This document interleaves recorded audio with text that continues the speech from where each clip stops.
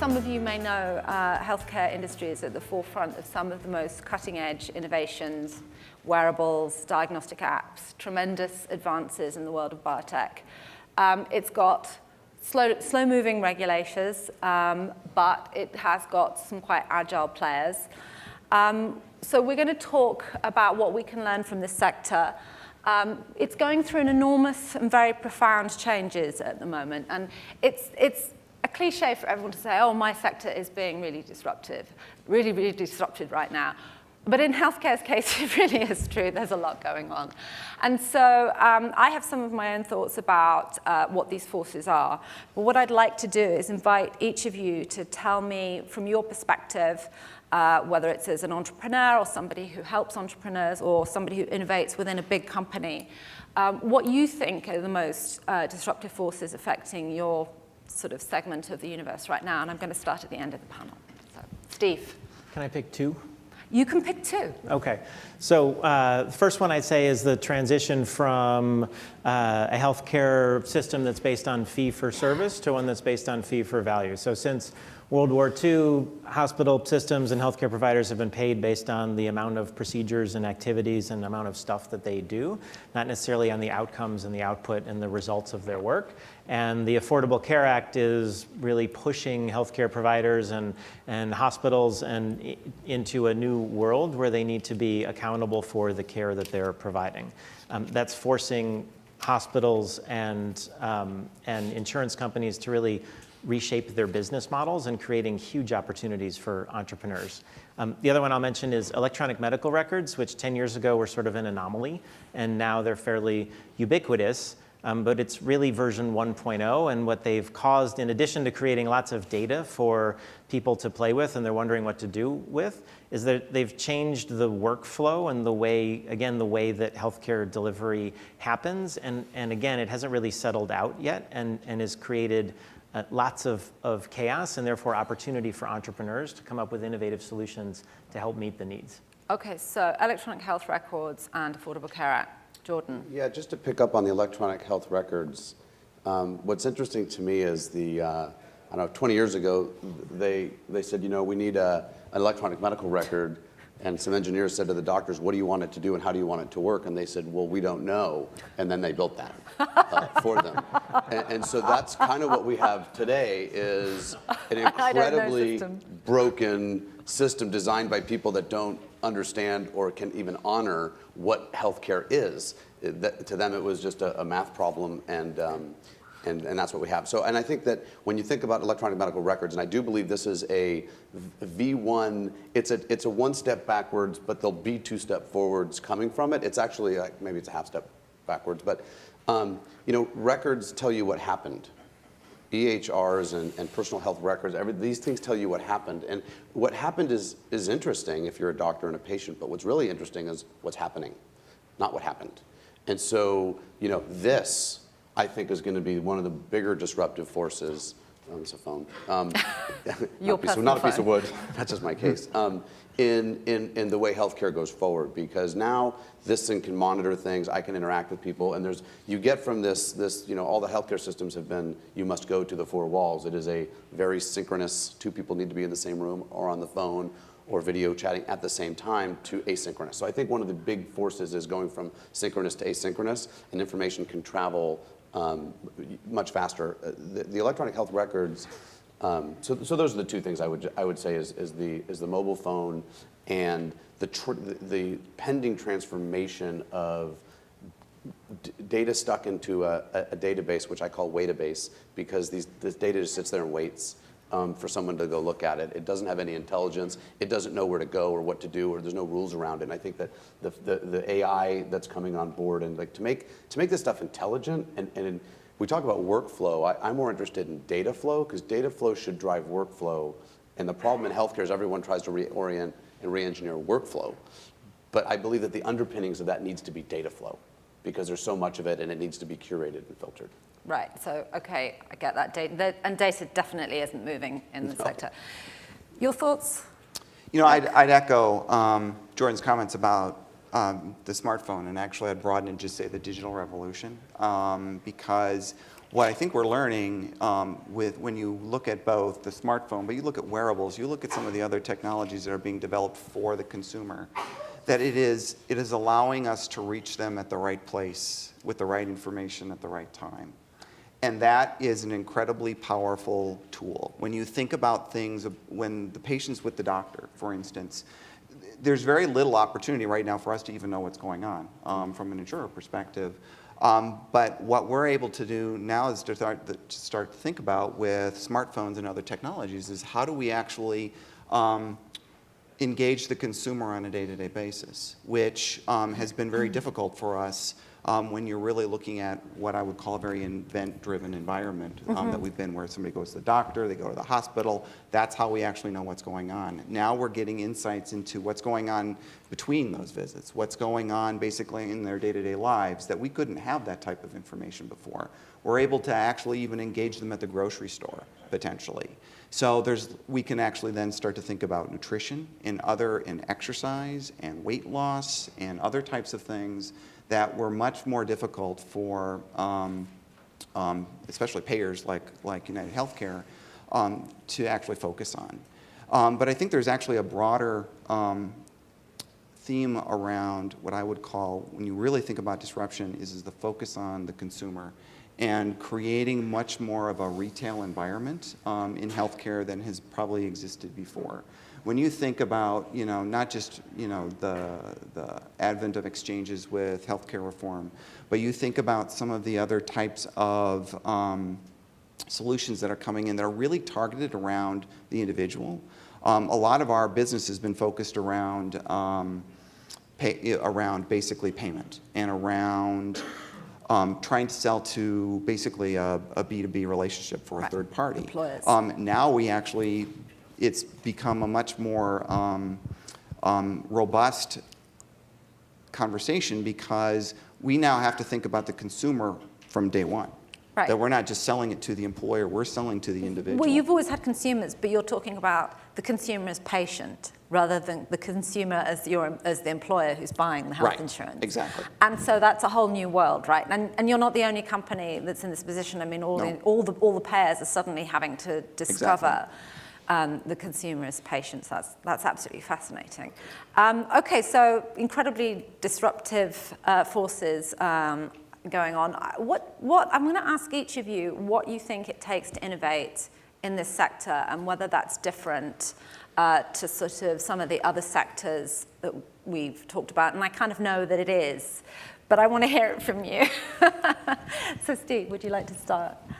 It takes an understanding of what the healthcare world looks like and how it operates. And so if you're an entrepreneur and you build a solution and you follow the model that happens in Silicon Valley where you're working in a garage and you build a company that's outside of how the world currently operates, and it's great and people start adopting it, and then the world adapts to how the new world that you've created. That isn't going to happen much, if at all, in healthcare. The most meaningful solutions will be innovations and technologies that integrate into how the healthcare system operates, because if they don't, nobody's going to adopt them. And there's often a gap between the innovators and the people with enough domain expertise and knowledge about how the healthcare system operates and the entrepreneurs who can take those innovations and those insights and turn them into businesses. And so you somehow have to marry those two and feed the right insights from the existing health systems and industry and physicians into that mix to drive the companies in the right direction. I'm going to before I go to you, Jordan, I want to ask you a question, Steve, because you've just opened this healthcare incubator in Chicago. Why are you doing this here, and why are you doing it now, and what are you doing that's special that nobody else can do? So Chicago has more healthcare expertise than anywhere else in the world. We have world-leading companies in... My eyes are rolling, but carry on. You can guess he's from Silicon Valley. So we have world-leading companies in every aspect of the healthcare business: pharma, diagnostics, pharmacy, hospital supply. I mean, you pick a sector of the healthcare industry, we've got some of the world-leading companies here. We've got top-tier research institutions, we have top-tier health systems, and we have most of the specialty medical societies, including the American Medical Association, the Hospital Association, the Dental Association, and tick on down the list, are all based in Chicago. We have more doctors per capita here than anywhere else in the country.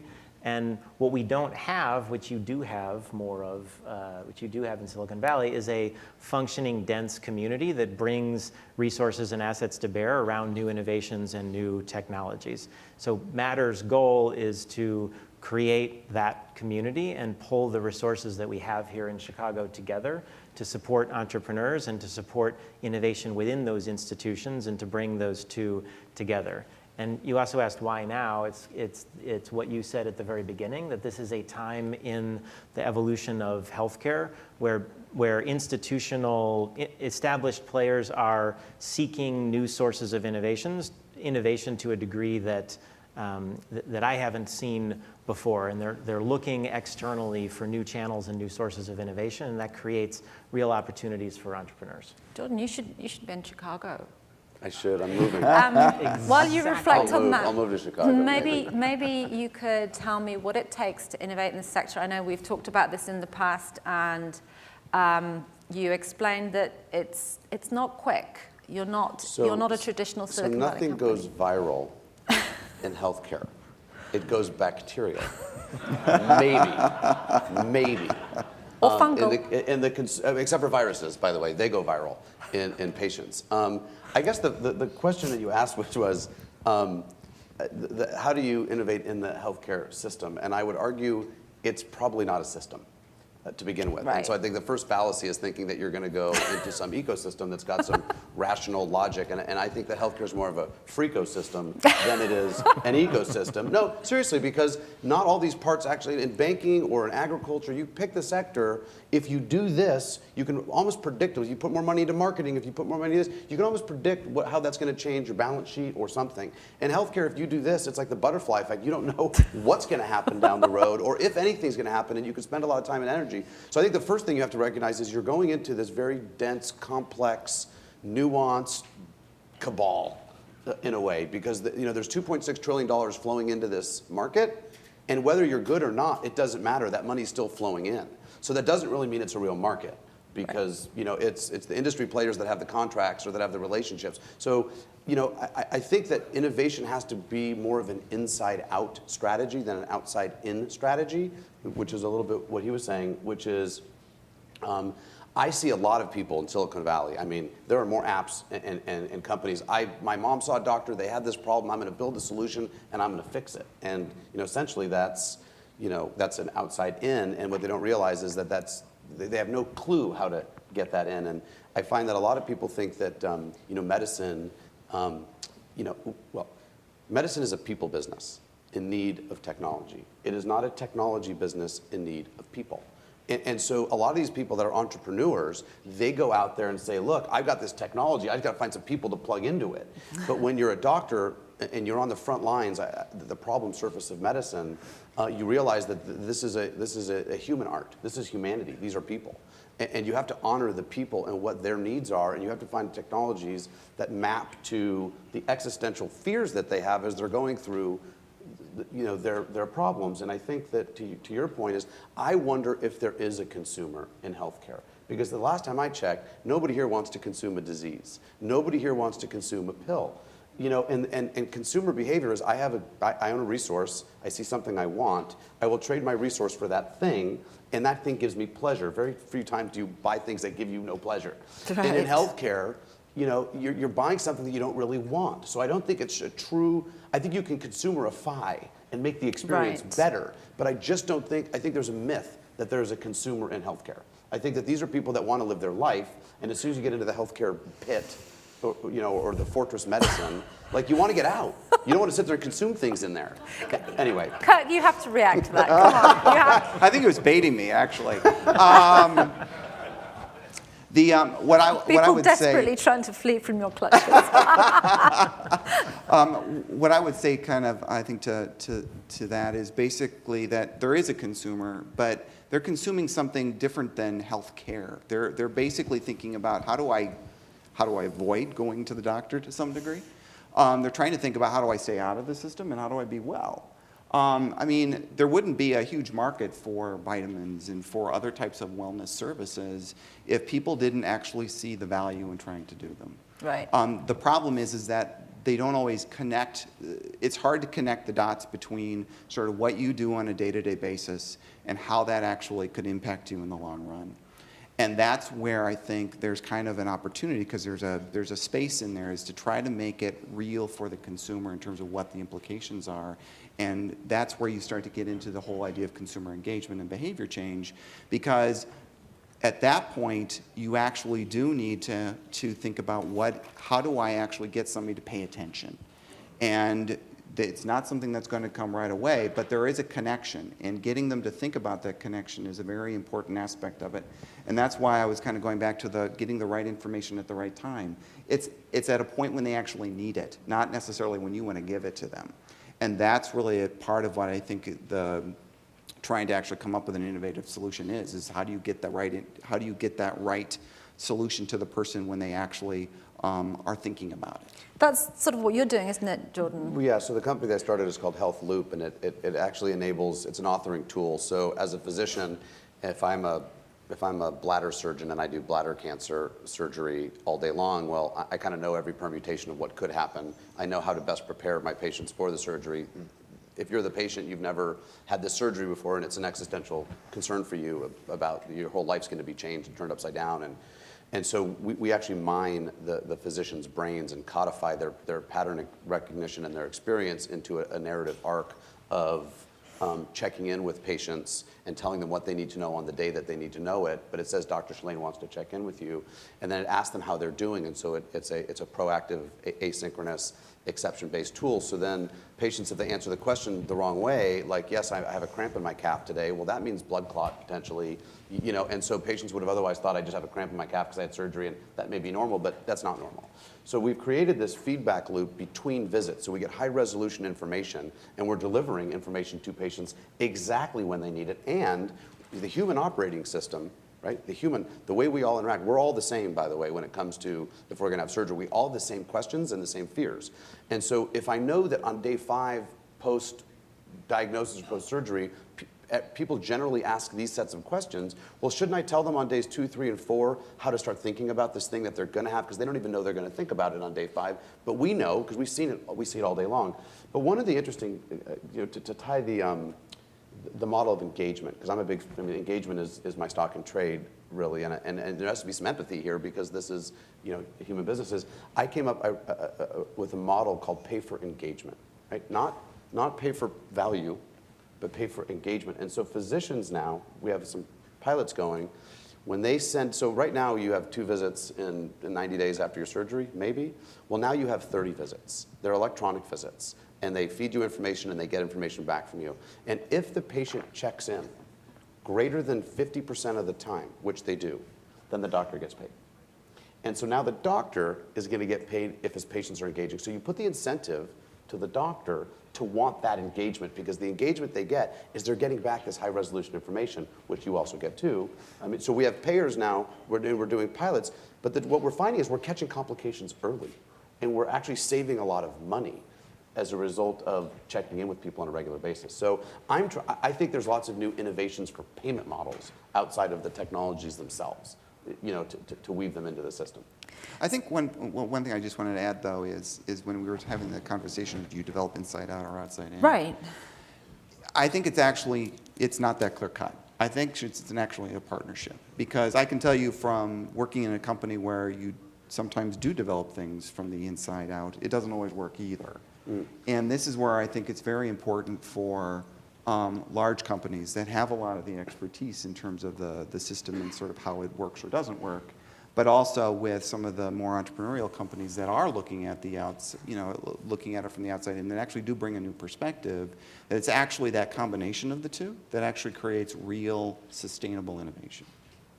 Right, and I'm wondering if that's more the case in a sector that's as heavily regulated as healthcare, and you have a whole raft of rules and regulations on data use and compliance, as well as all the other forces that are going on.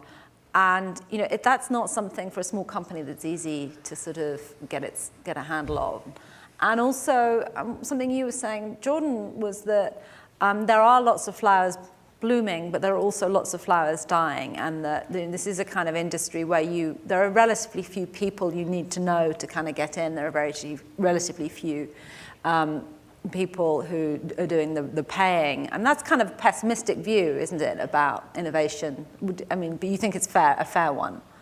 You do. Yeah, Did you recognize this, Steve, as well? That kind of rather gloomy picture of yes, there's lots of innovation, but at the end of the day, it's there's not going to be very many successes. There's not going to be very many Ubers and Amazons and things like that. Gloomy, no.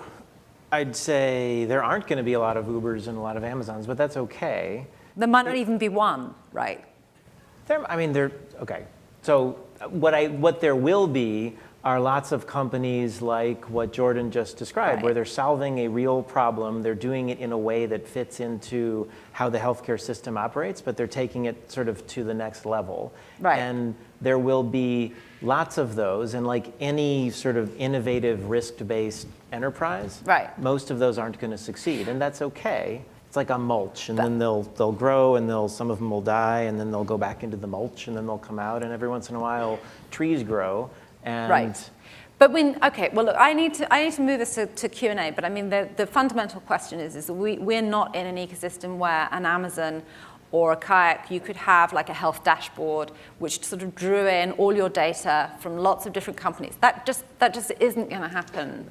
I do think at some point It will. Google and Apple Right. will transform things in They've such a all way had where goes at this with Google Health. They've all had a little pick at this, but they've not managed to get very far with it. And that's the nature of the healthcare sector. But I think the two quick things on that is I'm not that gloomy. I'm actually pretty optimistic and excited about the possibilities. I think that Epic, the EMR, and Cerner, and these other gigantic electronic medical systems which have monopolies, Right. they are going to have to open up. They are closed gardens, Yeah. and no one can innovate around them. So I think the fact that they're going to open up APIs, I think this year or next year, plus these are going to enable anybody, doctors and systems, to kind of build what they want that works for them. And those are the companies that are at that moment in time which will cater to, like, if you're going to talk to a radiologist or a general surgeon or an ER doctor, their lives are completely different. So you can't build something for doctors because every doctor subtype has a whole different flow to them. And so you have to be able to let people build pieces of parts and let them connect to the main infrastructure. Good thought. I'm going to open it up to questions. Stick your hand up if you've got one. Got one at the back. If you could send the microphone and one at the front. I've got a question on my board. Do you want to just take the microphones over? Okay, this is a very long question. It says, the Affordable Care Act, blah, blah, blah, blah, moan, moan, moan. Just read the last sentence. Is there less innovation as a result? Is regulation acting more as a signal to invest rather than a prescription to a specific action? sometimes. Yeah, I mean, I think that, so I pay a lot of attention to the regulations, and I read all these open comments and questions, and I have my ear to the policy track and the regulatory track. And I think that within there are a lot of signals about, oh my God, there's great opportunities coming down the road. So I think if you're a startup and you say, I'm not going to pay attention to that, and, you have to pay attention to that because that will determine the fate of your business one way or the other. And you certainly don't want to do, I mean, with my company, I said, well, is this going to increase the malpractice liability for doctors? So I went to my malpractice company, and I said, does this increase the liability, decrease, or is it neutral? They came back and said, what you're doing is neutral. They came back a year later and said, we actually think this decreases liability because over-communication decreases lawsuits. So now we're going to subsidize what your tool is, and we're going to give it to doctors that are heavily sued because we think this will lower lawsuits. And so, who would have thought of that one? I certainly didn't. All right, has anyone got a microphone? Man at the back, please. Could you introduce yourself? Korak Sarkar. I'm a neurologist here at Northwestern who's been spending a lot of time actually at Matter, which is a great resource here in Chicago.